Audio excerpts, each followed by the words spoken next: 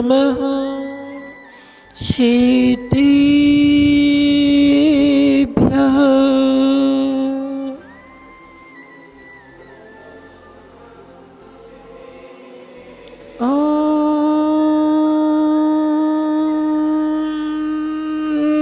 नमः सिद्धिभ्यः।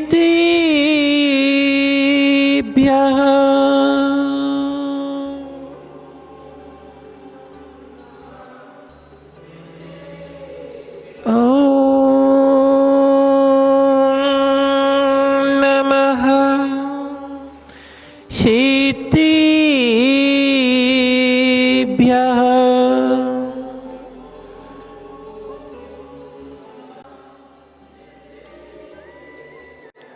सखिबोधिदीवृचे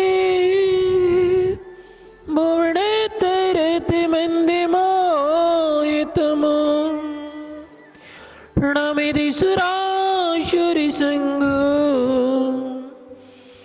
जियेदु जिणीन्दो महावीरो जियेदु जिणीन्दो महावीरो नमो अरिहन्तार्णं नमो सिद्धार्णं नमो आयर्यर्णं नमो वज्रायर्णं नमो लोहिषविशाहुणं नमो लोहिषविशाहुणं निर्दोषिमुक्तं सकिलं विकारं मनः विशुद्धा प्रभुशमानं मुद्रादिगम्बर अतिशोभनीयं विरागी गुरवे प्रणमामि नित्यं विरागी गुरवे प्रणमामि नित्यं। बोले अनंत निश्चित परमेष्टि भगवान की देवादिदेव एक जड़ से चंद प्रभु भगवान की देवादिदेव एक जड़ मूल श्री शीतलनाथ भगवान की देवादिदेव एक जड़ वर्तमान सस्नेक महावीर स्वामी भगवान की परम पूज्य आचार्य भगवान श्री कुंद कुंद श्याम जी महामनि राज्य के परम पूज्य आचार्य भगवान गुरु शिवराग सागर जी महाराज के परम पूज्य आचार्य भगवान गुरु श्री विनिश्चय सागर जी महाराज के अहिंसामय विश्व जैन धर्म की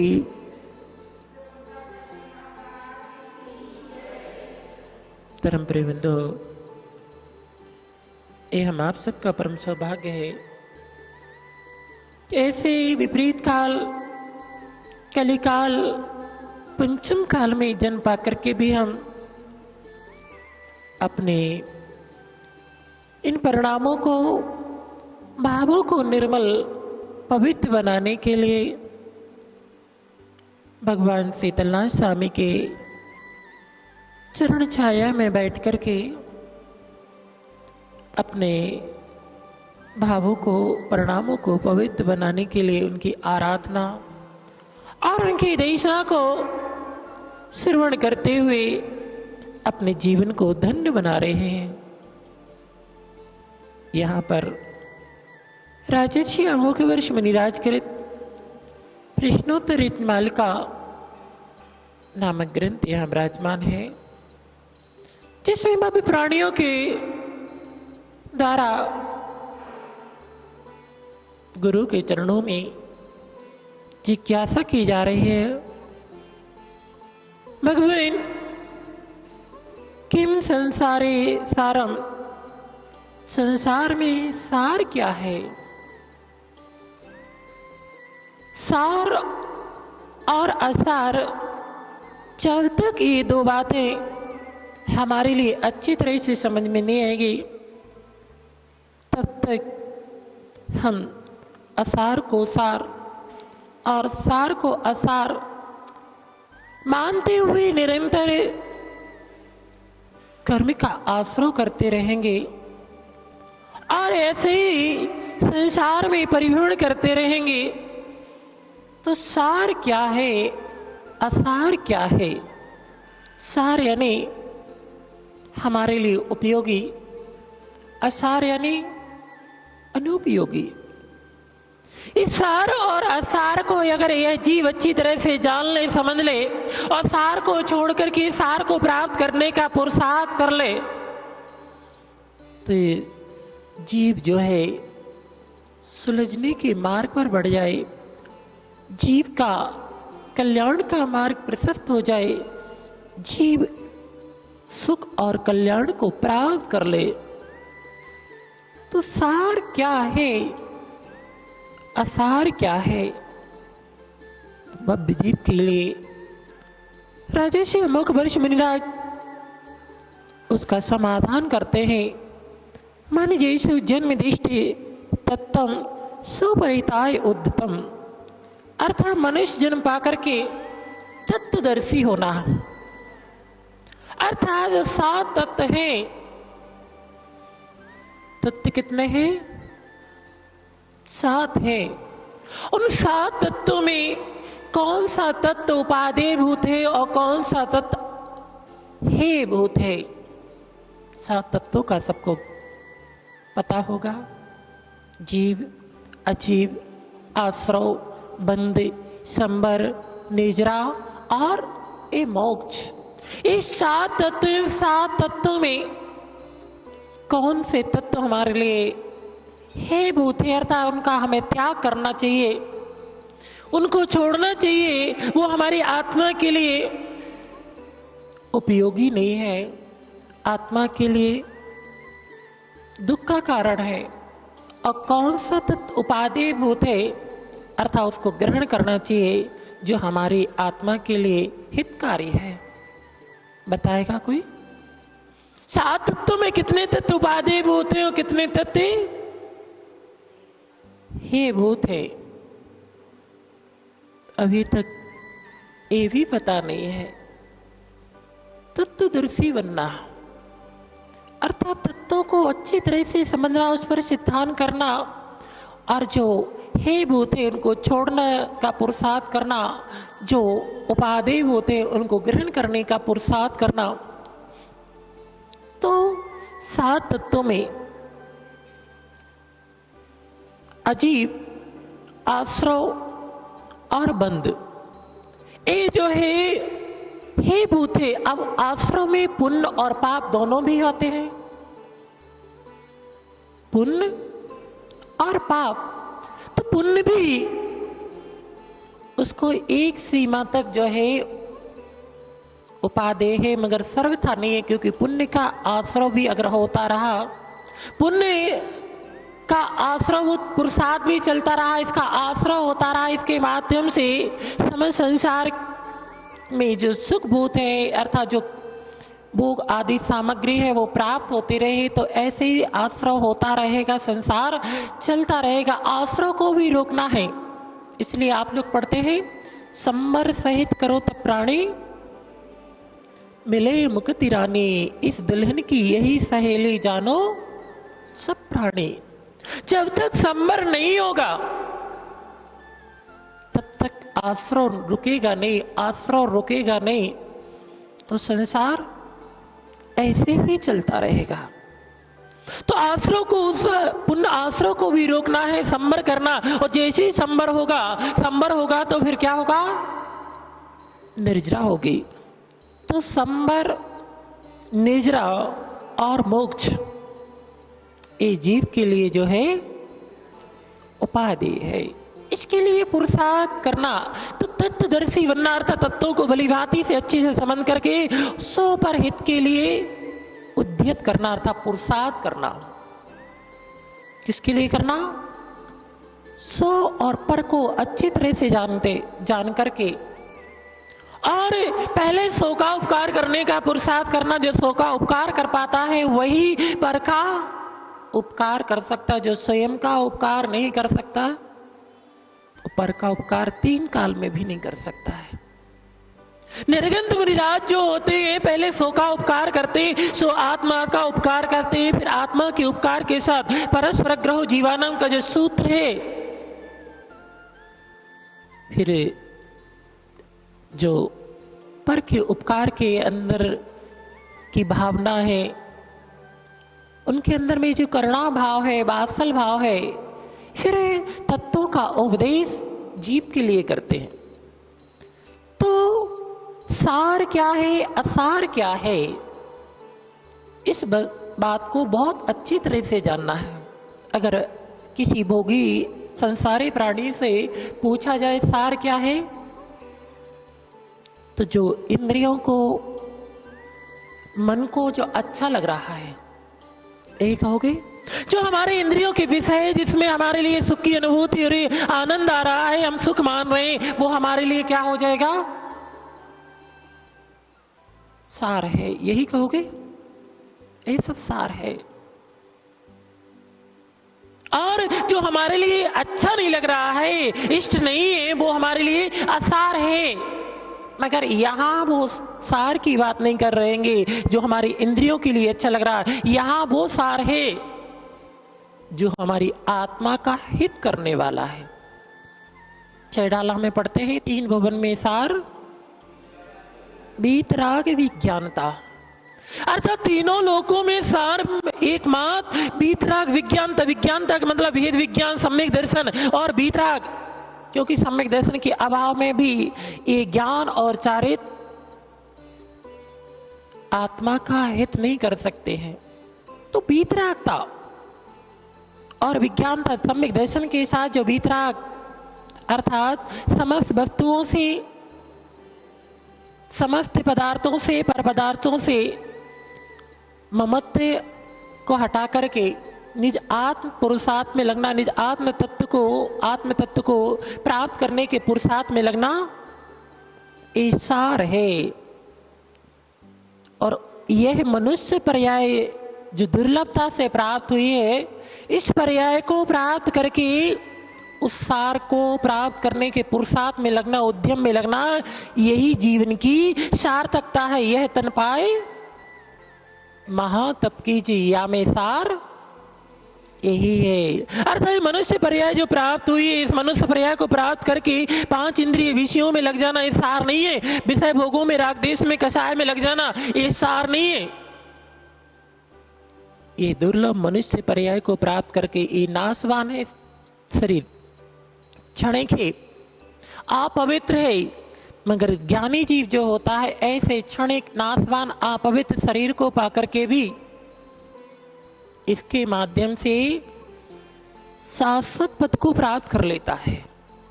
और अज्ञानी जो होता है, ऐसे शरीर को पाकर के, दुर्लभ मनुष्य पर्याय को पाकर के निस्सार पुरुषार्थ में लग करके और संसार का पात्र बन जाता है।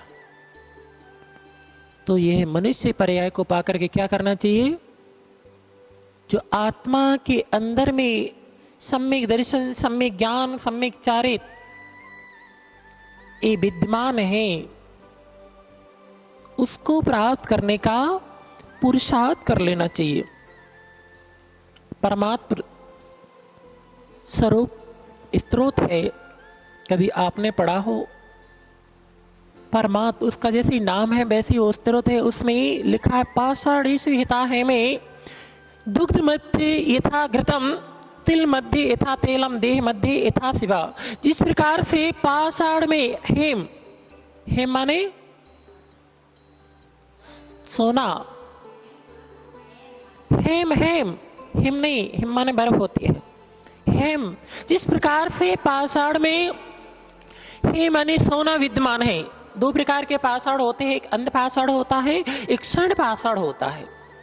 अंध पाषाण होता है, उसमें सोना नहीं होता। जो स्वर्ण पाषाण होता है उसमें सोना पाया जाता है। तो उसमें जो पाषाण में सोना है वो उपयोग, यानी हमारे लिए उपयोगी है। तो जिस प्रकार से पाषाण में हेम, दुग्ध मध्य यथा घृतम, दुग्ध का सार क्या है?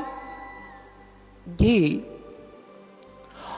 और तिल मध्य था तेलम, तिल का सार तिल है।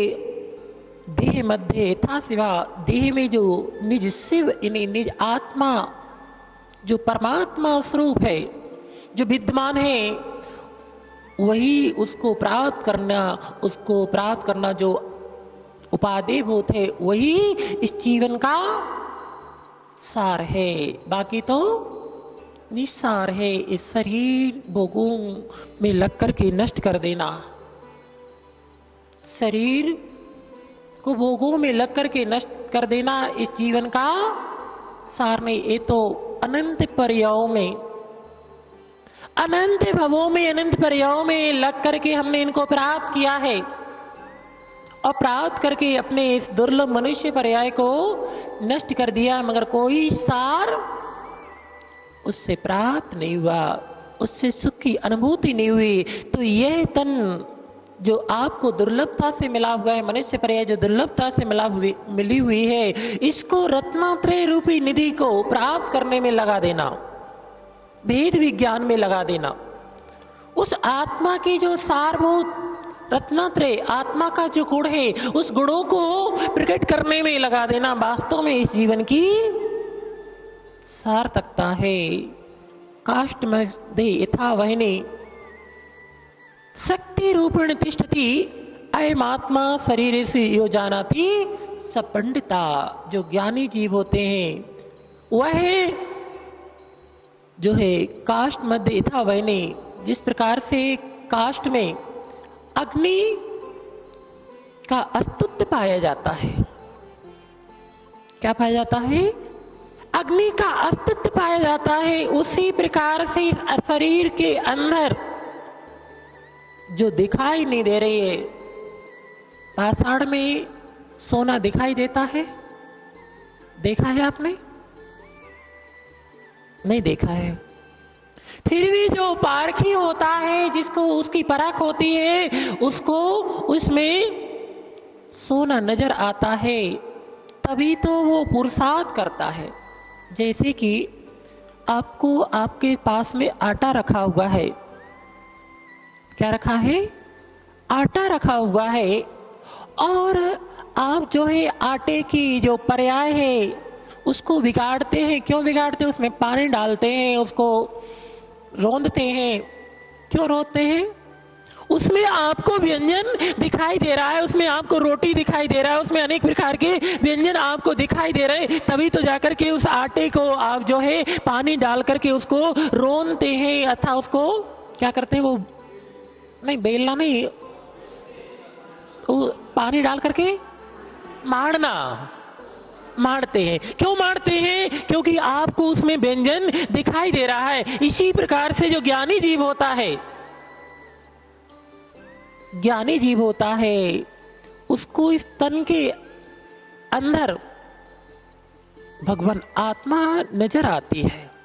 आपको कभी ऐसा महसूस होगा कि इस तन में जो तन दिखाई दे रहा है, इसके अंदर में भगवती आत्मा विद्यमान है, उसमें भगवत सत्ता विद्यमान है, तो उसमें रत्नात्रय रूपी शक्ति विद्यमान है, तो उसको प्रकट करने का पुरुषार्थ कर ले, दिखाई नहीं देता है आपको। तो इस शरीर के माध्यम से 5 इंद्रिय के विषय भोग जो है सारभूत नजर आते, इसलिए आप उसको प्राप्त करने के पुरुषार्थ में लग जाते हैं। जब आपको अपने अंदर में भगवत आत्मा नजर आने लग जाएगी, ऐसा आपका लक्ष्य बन जाएगा, ऐसा आपको दृढ़ सिद्धांत हो जाएगा, तो आप उस सार को प्राप्त करने का पुरुषार्थ करेंगे। जिस प्रकार से आपको उसे आटे में व्यंजन नजर आए, तो आपने उस आटे को बिगाड़ दिया और उस आटे का प्रसाद करने लगे, अर्थात उसको बनाने का पुरुषार्थ करने लगे, तो उसमें से व्यंजन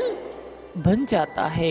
इसी प्रकार से ज्ञानी जीव को भी इस देह के मध्य में जो भगवान आत्मा विराजमान है, वो शक्ति रूप से है, अभिव्यक्ति रूप से नहीं है। एक भगवान आत्मा शक्ति अभिव्यक्ति रूप से उसको प्रकट कर लिया है। कहां पर विराजमान है? सिद्धालय में विराजमान है।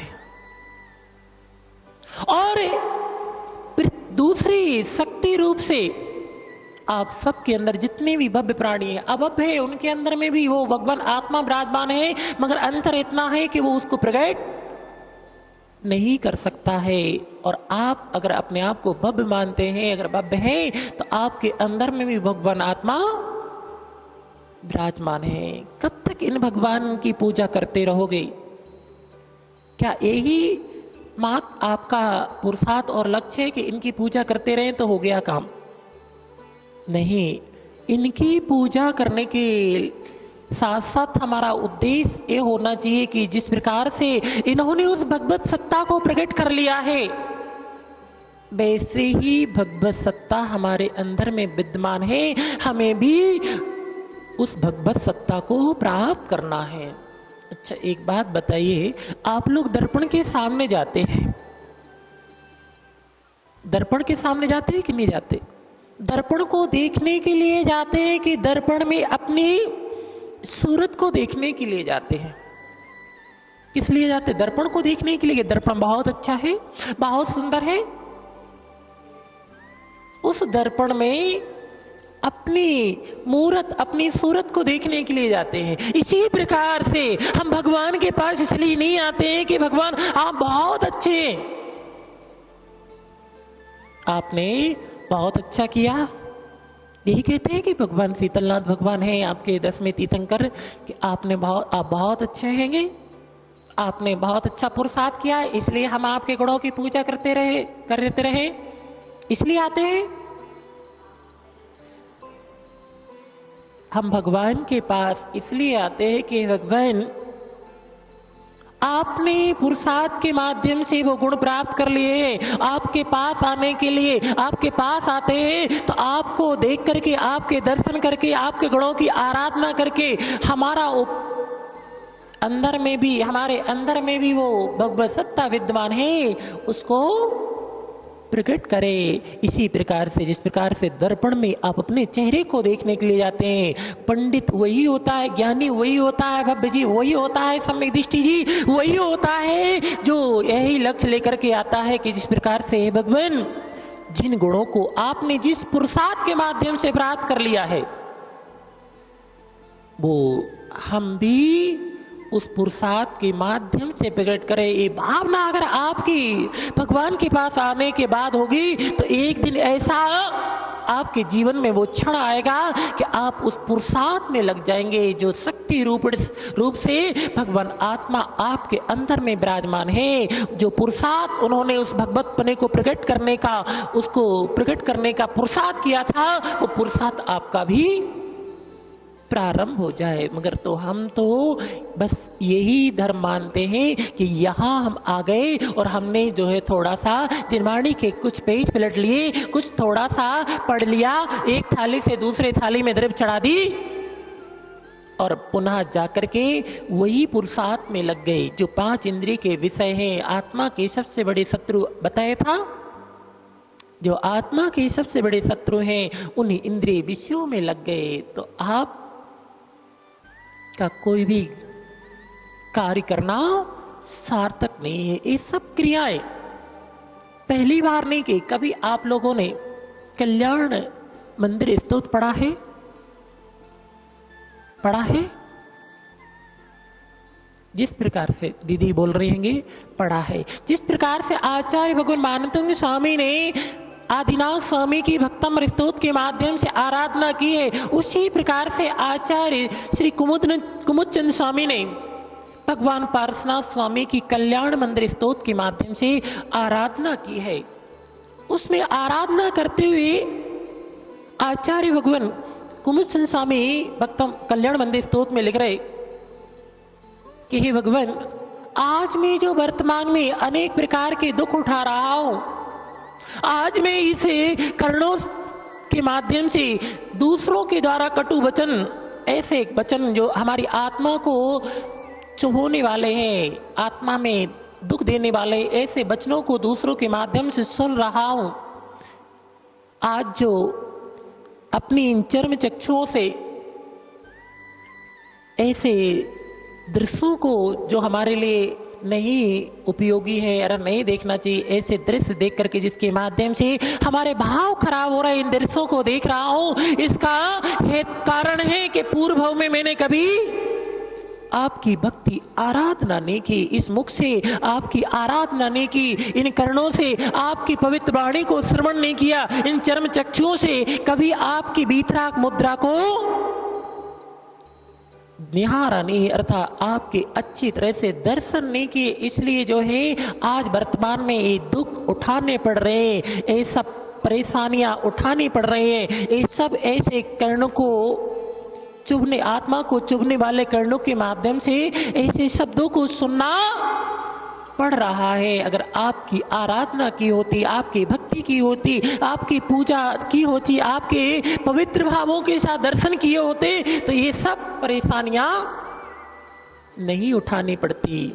और ये बात बिल्कुल सत्य है कि जिन्हीं भगवान की पूजा आराधना दर्शन करने वाला जीव कभी जिंदगी में दुखी नहीं होता है। आप कहो महाराज जी हम तो बरसों से दर्शन कर रहे हैं, हम बरसों से पूजा कर रहे हैं, बरसों से स्वाध्याय सुन रहे हैं और स्वाध्याय कर रहे कि नहीं कर रहे? सब कर रहे। अब बताइए आप लोग सुखी हैं कि दुखी हैं? यानी अभी सुख और दुख को भी हमने अच्छी तरह से नहीं जाना। आप जो सुख की बात कर रहे हैं वो आप संसार में जो पराधीन है, पर के निमित्त से होते हैं, उसको सुख मान रहे, इसलिए आप कह रहे हैं कि सुखी हमारे अंदर, हमारे लिए बहुत अच्छे से घर परिवार मिला है, धन संपदा मिली हुई है, अच्छे से 5 इंद्रिय विषय जो है अपने अपने भोगों में काम कर रहे हैं, उनको भोग रहे हैं, इसलिए इस अपेक्षा से कह रहे हैं आप सुखी है।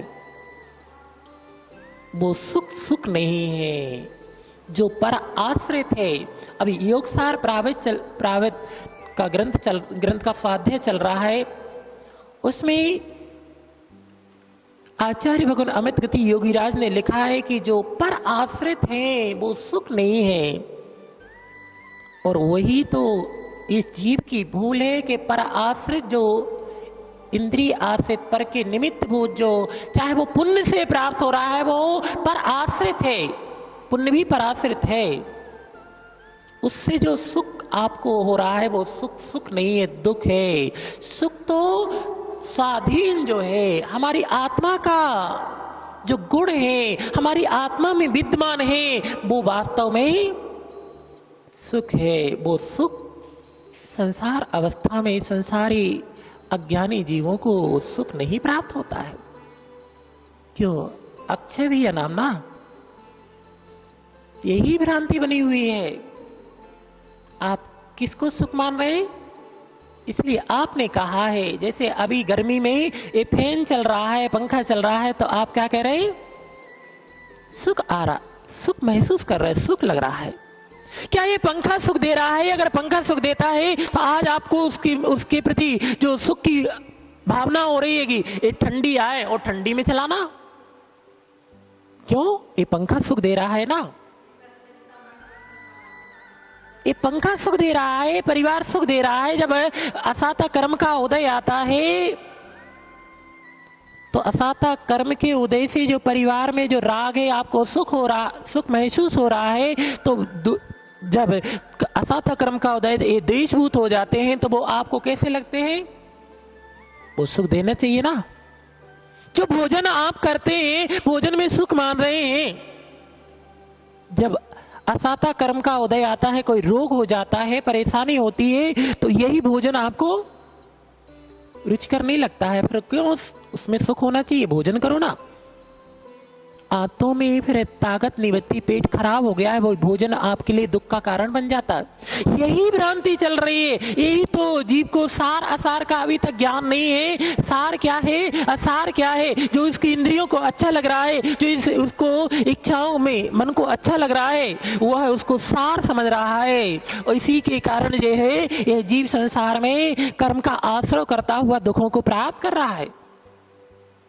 अच्छा भैया, ये सुख नहीं है, नहीं तो फिर वो लाइनें खराब हो जाएंगी। जो संसार विषय सुख होता वो गलत हो जाएंगी। आपको तो सुख है, उन्होंने फिर क्यों छोड़ा है?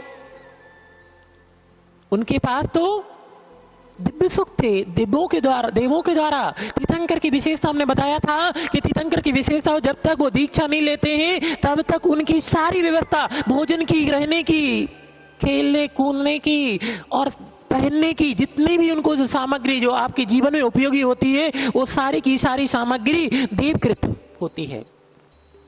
वह भले ही माँ के गर्भ में होता है, माँ के गर्भ में होने के बाद में भी, माँ के गर्भ से में रहने के बाद में उस मल से भिन्न होता है। उसके पहले, गर्भ में आने से पहले वो देवियाँ, पंचकल्याण तो देखे होंगे ना, देवियाँ जो है उस गर्भ का शोधन करती है और उसमें वज्र का संदूक, क्या बोलते हैं उसको, मंजूसा बोलते हैं ना, मंजूसा, उसमें जीव आता है। जन्म लेने के बाद में वो कभी अपनी माँ के चर्म का, आंचल का पान नहीं करता है। उसके अंगूठे में देव जो है अमृत की स्थापना कर देता है, अमृत की वो जो है निक्षेप कर देता है, वो उसका पान करते हैं। भोजन भी करते हैं, जब तक दीक्षा नहीं होती है माँ के परिवार के, यहाँ का अपने माता पिता का भोजन नहीं करते हैं। वह स्वर्गों से लाया हुआ दिव्य भोजन करते हैं, वस्त्र भी पहनते हैं, वो स्वर्गों से आते हैं। खेलने वाले भी देव लोग जो है उनके साथ में मित्र बनते हैं, उनके साथ खेलते हैं। जब तक दीक्षा नहीं होती है तब तक उनके लिए सारी व्यवस्थाएं देवकृत उनको प्राप्त होती है। फिर भी जब उनकी समझ में आता है, जब उनका उपयोग यहां से हटता है, अपने आत्मा की ओर जाता है, तो उनको सार नजर नहीं आता है। जो संसार विशेष सुख होता, तो तीर्थंकर को छोड़ने की आवश्यकता क्या थी? वो सुख नहीं है। वास्तविक सुख तो जो है हमारी आत्मा में विद्यमान है। अनंत ज्ञान, दर्शन, सुख और अनंत शक्ति, अनंत चतुष्ट जिसे बोलते हैं, वास्तव में वो सुख है। यही तो भ्रांति जीव की चल रही है कि पर में सुख मान रहा है। वो भजन की लाइनें हैं, क्यों पर में सुख ढूंढ रहा है, क्यों पर का दीवाना रे, अपने निज को देख बावरे, सुख का जहां खजाना रे। अच्छा भैया, सुखी हो कि दुखी हो? बोलो। संसार में सुख नहीं है, संसार में दुख ही है। सम्यक दृष्टि जीव की विशेषता होती है। वो सम्यक दृष्टि जीव जो होता है, संसार शरीर भोग निर्वैरणा, संसार शरीर भोगों से वो भयभीत होता है, उससे बचने का पुरुषार्थ करता है हर समय। जैसे हमने बताया था, चकोर पक्षी होता है, भले ही वो जमीन पे होता है मगर उसकी दृष्टि आसमान में उस चांद के ऊपर रहती है। ऐसे सम्यक दृष्टि जीव की विशेषता होती है हर समय। भले ही वो चारित मोहनी कर्म का उदय है, इसके कारण से चारित को धारण नहीं कर पा रहा है, मगर सम्यक दर्शन की विशेषता होती है हर समय उसको जो है संसार शरीर भोगों से उदासीनता होती है, हर समय उससे बचने का पुरुषार्थ करता है, हर समय उसका लक्ष्य अपनी निज आत्म स्वरूप की प्राप्ति की ओर होता है। संसार में सुख मानना, इंद्रिय विषय भोगों में सुख की अनुभूति होना, उसको सुख मानना, ये तो किसकी विशेषता है? मिथ्या दृष्टि जीव की विशेषता। मिथ्या दृष्टि हो कि सम्यक दृष्टि हो? तो अभी तो आप कह रहे थे कि महाराज जी हम तो सुखी है। अच्छा, साता है, साता कर्म का वो भी हमने बताया था। साता असाता ये भी कर्म का पौद्गलिक है। कर्म कैसे है? पौद्गलिक है। साता कर्म के उदय में ये जीव क्या करता है? और मेरी भावना में पढ़ते भी है, होकर सुख में मग्न ना फूले, दुख में कभी न घबरावे, बैर पाप अभिमान छोड़ जगे, नित्य नहीं मंगल गावे। मेरी भावना पढ़ते कि नहीं पढ़ते? आप तो ये साता के उदय में सुखी मान रहे हैं। क्या मान रहे? सुखी में सुखी दुखी में रंग किराओ, छह ढाला में पढ़ते ना, पढ़ते। हाँ ज्ञानी, यही तो मिथ्या दृष्टि जीव की पहचान है कि वो साता कर्म के उदय में उसमें सुख मानता है, अपने आप को सुखी मानता है। असाता कर्म का उदय आता है तो उसमें अपने आप को दुखी मानता है और ऐसे सुख दुख में हर्ष विषाद करता है और हर्ष विषाद कर के माध्यम से कर्म का आश्रय बंद करता हुआ ऐसे ही संसार में परिभ्रमण करता है। सुख की अगर चाह है तो दुख के कारण वो जितने भी निमित्त है, सुख की अगर चाह है तो दुख के कारण वो जितने निमित्त हैं उन निमित्तों से बचने का पुरुषार्थ करना पड़ेगा, अर्थात चारित्र को धारण करके। और भेद विज्ञान ये आत्मा के ऊपर जो कर्म रूपी आवरण लगा हुआ है, जिसके कारण जो आत्मा की शक्ति है, आत्मा का सुख है, वो हमारे लिए जो है उसका प्रकट नहीं होता है, उसका अनुभव नहीं हो रहा है। उस कर्म को दूर करने का, जैसे पाषाण में हेम विद्यमान है, उस हेम को चाहिए, उस स्वर्ण को चाहिए, तो क्या करना पड़ेगा? क्या करना पड़ेगा? ऐसे ही प्राप्त हो जाएगा, उसको तपाना पड़ेगा। जोहरी का काम होता है किसी के यहां? जोहरी का काम, जोहरी सोने चांदी का काम होता है। सोना शुद्ध कब होता है? कितनी बार तपाया जाता है? कितने ताव दिए जाते हैं? 16 ताव दिए जाते हैं, तब जाकर के वो सोना शुद्ध होता है। इसी प्रकार से आत्मा के ऊपर जो कर्म लगे हुए कि टिकालिमा लगी हुई है, अगर इसको भिन्न करना है तो आत्मा को तपाना पड़ेगा, 16 ताव देने पड़ेंगे। कितने ताव? 16 ताव देने पड़ेंगे, तब जाकर के आत्मा शुद्ध सोने जैसी शुद्ध अवस्था को प्राप्त होगी। 16 ताव में से एक भी ताव अगर कम होता है तो वो सोना शुद्ध नहीं कहलाता है, अशुद्ध कहलाता है।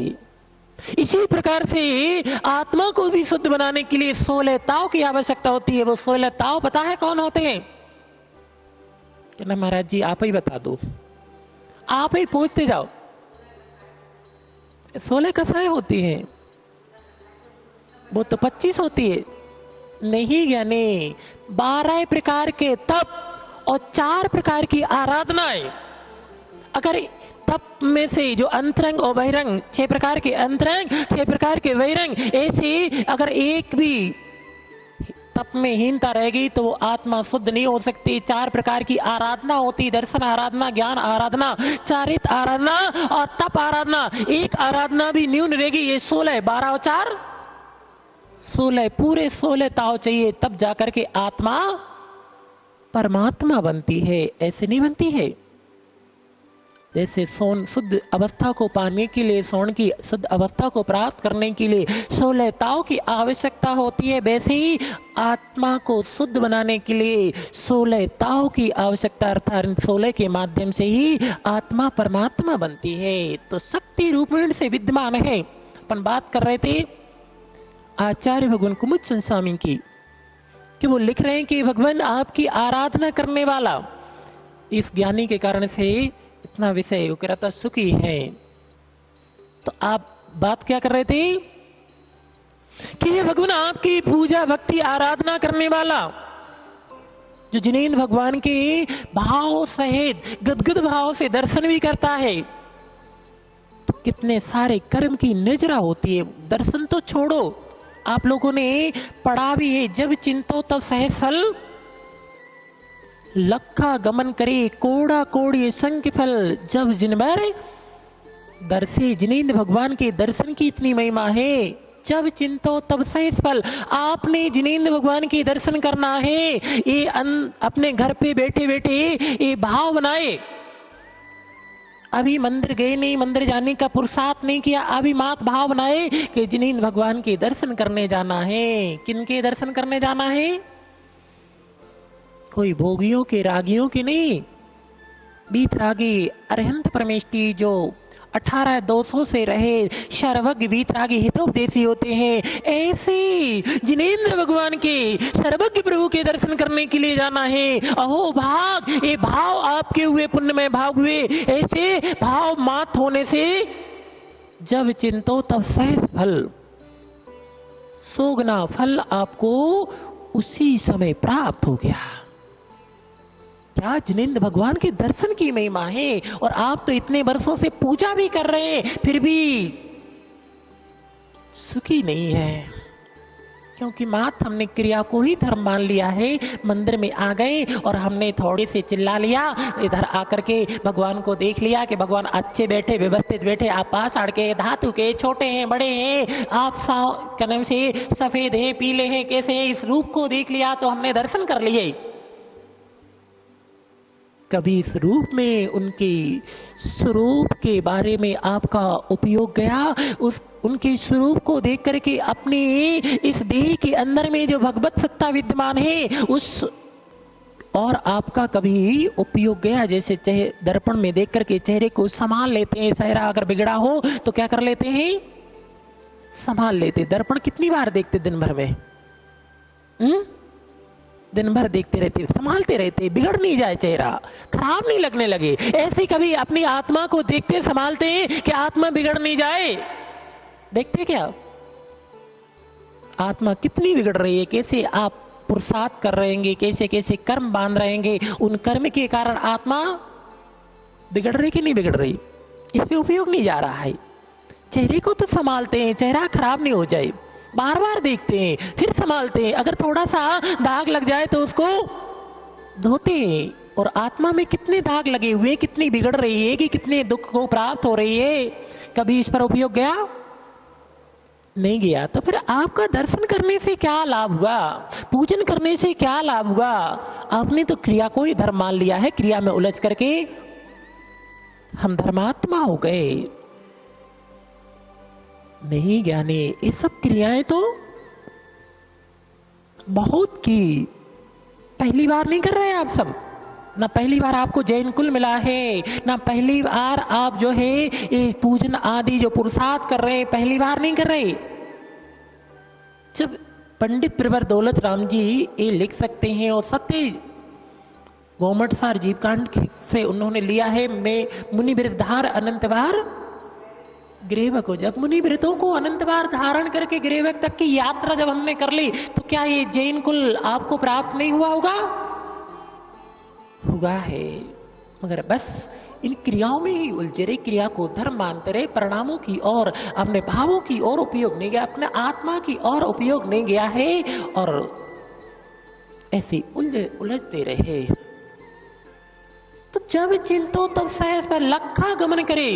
और आपने भगवान के दर्शन करने के लिए गमन कर दिया, हाथ में द्रव्य लेकर के, पुंज लेकर के। अब चल गई प्रमादी जीवों की स्थिति बन गई है कि पूजा करने आए, यहां पूरी व्यवस्था चाहिए, धुली हुली द्रव्य चाहिए पूरा, और हमने स्वाहा कर दी। पढ़ लो श्राप का चार पढ़ लो, कहीं पर भी ये उल्लेख नहीं कि मंदिर में जो है द्रव्य धोना चाहिए, मंदिर से जो है द्रव्य लेना चाहिए, मंदिर में जो है धुली हुई द्रव्य पुजारी लगाए और वो पूजा की द्रव्य तैयार करके दे तो हम पूजा करें, एक कभी नहीं लिखा है। उसमें लिखा है कि अपने घर से थाल में द्रव्य सजा करके और फिर भगवान की पूजा करने के लिए जाते हैं। घर से चलते हैं तो पुंज, अगर पूजा नहीं कर रहे तो पुंज लेकर के आते हैं, घर से लाते हैं, अशुद्ध नहीं तो अशुद्ध लाने लगे। महाराज ने कहा था तो यहाँ तो धुली हुई बुंदेलखंड में जाओ तो आज भी अष्ट द्रव्य जो है उसको धो लेते हैं, और धो करके सुखा करके डिब्बे में रख लेते हैं। अशुद्ध द्रव्य नहीं चढ़ाइए, अशुद्ध द्रव्य चढ़ाने से पुण्य नहीं लगता है। अशुद्ध द्रव्य चढ़ाने से, अशुद्ध द्रव्य मुनिराज को आहार में देने से पुण्य लगता है कि पाप लगता है। ऐसे जिनेंद्र भगवान के समय अशुद्ध द्रव्य चढ़ाने से पाप लगता है। अशुद्ध द्रव्य देने से, जिस प्रकार से पात्र को अशुद्ध द्रव्य दी अशुद्धि आदि के अवस्था में उनको आहार दिया तो कुभोग भूमि का बंध होता है। किसका होता है? कुभोग भूमि, भोग भूमि नहीं, कुभोग भूमि।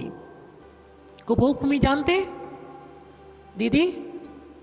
कुभोग भूमि अंतर्दीपज, जो समुद्र के दोनों पार्श्व भागों में अंतर्दीपज बने हुए हैं, जिसमें मनुष्य जो पाए जाते वो आधे इंसान होते हैं तो आधे जानवर का उनका शरीर होता है, जो वहां पर मीठी घास और मीठी मिट्टी खा करके अपना जीवन यापन करते हैं। इसलिए माताओं कभी जिंदगी में ध्यान रखना, कभी भी अशुद्ध के महाराज जी ने देख लिया तो कहते हैं अरे 16 चेंज कर लो, और नहीं देखा हम तो 16 में हैं। मन शुद्धि, वचन शुद्धि, काय शुद्धि और सब शुद्धि, ऐसे बोलते हैं कि नहीं बोलते? कभी भी आपको लग रहा है, जरूरी नहीं कि कोई ने देख लिया तभी अशुद्ध हुए, शुद्ध पूर्ण तरह से होना चाहिए। नवदा भक्ति क्या कहलाती है? अभी नवदा भक्ति के बारे में विषय आगे बहुत खिंच जाएगा, तो नवदा भक्ति के बारे में कभी बताएंगे आप लोगों को नवदा भक्ति क्या कहलाती है, 16 क्या कहलाता है, दाता के 7 गुण होते हैं वो क्या है। इस सारी की सारी शुद्धि जहाँ होती है, फिर शुद्ध अवस्था जब होती है जो 16 होता है, फिर पात्र को आहार दान दिया जाता है, चाहे उत्तम पात्र हो, चाहे मध्यम पात्र हो, चाहे जघन पात्र हो, ऐसी शुद्धि के साथ पात्र को दान देते हैं। अगर मिथ्या के साथ भी अगर सम्य पात्र को दान दे रहा है तो वो भूमि में जाता है, और सम्य दृष्टि अगर पात्र को दान देता है तो नियम से पैमाने स्वर्ग में जाता है। तो शुद्ध द्रव्य क्या लाना चाहिए? शुद्ध द्रव्य। ऐसे नहीं कि बाजार में पड़ी हुई है, कहाँ कहाँ पड़ी रहती है, वो कैसी कैसी स्थिति में रहती है, कौन उसको ची रहा है, वही द्रव्य उठाई हमने और चढ़ा दिए। अशुद्ध द्रव्य कभी नहीं चढ़ाना चाहिए, अशुद्ध अवस्था में भी नहीं चढ़ाना चाहिए, वस्त्र भी शुद्ध होना चाहिए। तो शुद्ध वस्त्र पहन करके और एरिया बस समिति का पालन करते हुए, भूमि को देखते हुए, अपने अंदर में भाव बनाते हुए कि अहो भाग, मैं कितना सौभाग्यशाली हूँ, आज जिनेंद्र भगवान के दर्शन करने के लिए जा रहा हूँ, ऐसे पवित्र भाव लेकर के मोबाइल साथ में लिए खुनखुना पे उपयोग है, वो बज गया, गए बुंदेलखंड में गई भैंस पानी में, ऐसा बोलते हैं। अब उपयोग वहां चला गया, भाव भी थे और उपयोग वहां चला गया। साथ में टेंशन लेकर के आते, देखो सब रखे होंगे, कभी भी मंदिर में नहीं लाना चाहिए। अच्छे भाव बन रहेंगे, अच्छे द्रव्य, अच्छे भाव बना करके, अच्छे शरीर की शुद्धि के साथ में एरिया पर समिति का पालन करते हुए भगवान के दर्शन करने के लिए जब जा रहे हैं, लखा गमन करे, 1 लाख गुना पुण्य का आश्रव आपको अभी दर्शन भी नहीं किए और 1 लाख गुना पुण्य का आश्रव आपने कर लिया। कोड़ा कोड़ी असंख्य फल। और जैसे ही जिनेंद्र भगवान की पीतराग मुद्रा को देखा, इस रूप को देखा और देख करके गदगद भाव, रोम रोम प्रफुल्लित हो जाएं, आंखों से आनंद आंसू आ जाएं। ओहो हो, जब ऐसी अवस्था आपकी हो जाए तो कोड़ा कोड़ी असंख्य फल। कितना? कोड़ा कोड़ी। कोड़ा कोड़ी यानी 1 करोड़ को 1 करोड़ से गुणा करने पर कोड़ा कोड़ी होते हैं। यानी ये जिनेंद्र भगवान के दर्शन की महिमा है। और हम कब से दर्शन कर रहे, कब से पूजन कर रहे, कब से स्वाध्याय कर रहे, कब से प्रवचन सुन रहे, कितने समय से जो है ये दान भी दे रहे, फिर भी हमारी स्थिति जैसी थी वैसी ही बनी हुई है। कोई हमारे जीवन में परिवर्तन नहीं आ रहा। क्यों नहीं आ रहा है? भाव पवित्र नहीं हो रहे हैं, हमारा लक्ष्य समीचीन नहीं हो पा रहा है, बस क्रियाओं में उलझे हुए, परिणामों को नहीं देख रहे कि यहाँ परिणाम कैसे हो रहे हैं। यहाँ पर भी आकर के परिणाम खराब हो रहे, यहाँ पर भी आकर के राग देश में प्रवृत्ति हो रही, यहाँ पर भी आकर के कसायमय भाव चल रहे हैं। तो आपका एक क्रिया जो कर रहे हैं, आप जो पुरुषार्थ कर रहे हैं, उससे कोई लाभ नहीं होने वाला है। वो तो वैसे ही है कि वो माँ रात भर चक्की पीस रही है, वो चक्की पीस रही है, पूरी रात पुरुषार्थ चल रहा है। जब उसने सुबह देखा तो चक्की में जो आटा गिरता है उसको क्या बोलते हैं? वो हाथ की चक्की होती ना, हाथ की चक्की चलती है तो उसमें जो आटा गिरता है ना पाटों के किना, गड़ा बोलते क्या बोलते हैं? हाँ, उसमें जो गिरता है। तो रात भर उस माँ ने चक्की पीसी और जब जो है सुबह देखा तो उसमें कुछ नहीं था। एक स्वान बैठा हुआ था, वो पीस रही थी, वो खा रहा था। इसी प्रकार से पुरुषार्थ चल रहा है, लाभ कुछ नहीं हो रहा है। क्यों नहीं हो रहा है? हमारा भाव और लक्ष्य समीचीन नहीं है। सार क्या है, असार क्या है, ये बात हमारे अंदर में समझ में नहीं आई। समय हो गया है, कल देखेंगे कि सार क्या है और असार क्या है। तो किम संसारम सारम, संसार में सार क्या है, अभी तक हमारे लिए समझ में ही नहीं आया है। हम तो असार को भी सार मान रहेंगे और सार को भी असार मान रहेंगे, और जो है ऐसी उलझे हुए हैं अपने संसार की वृद्धि कर रहेंगे।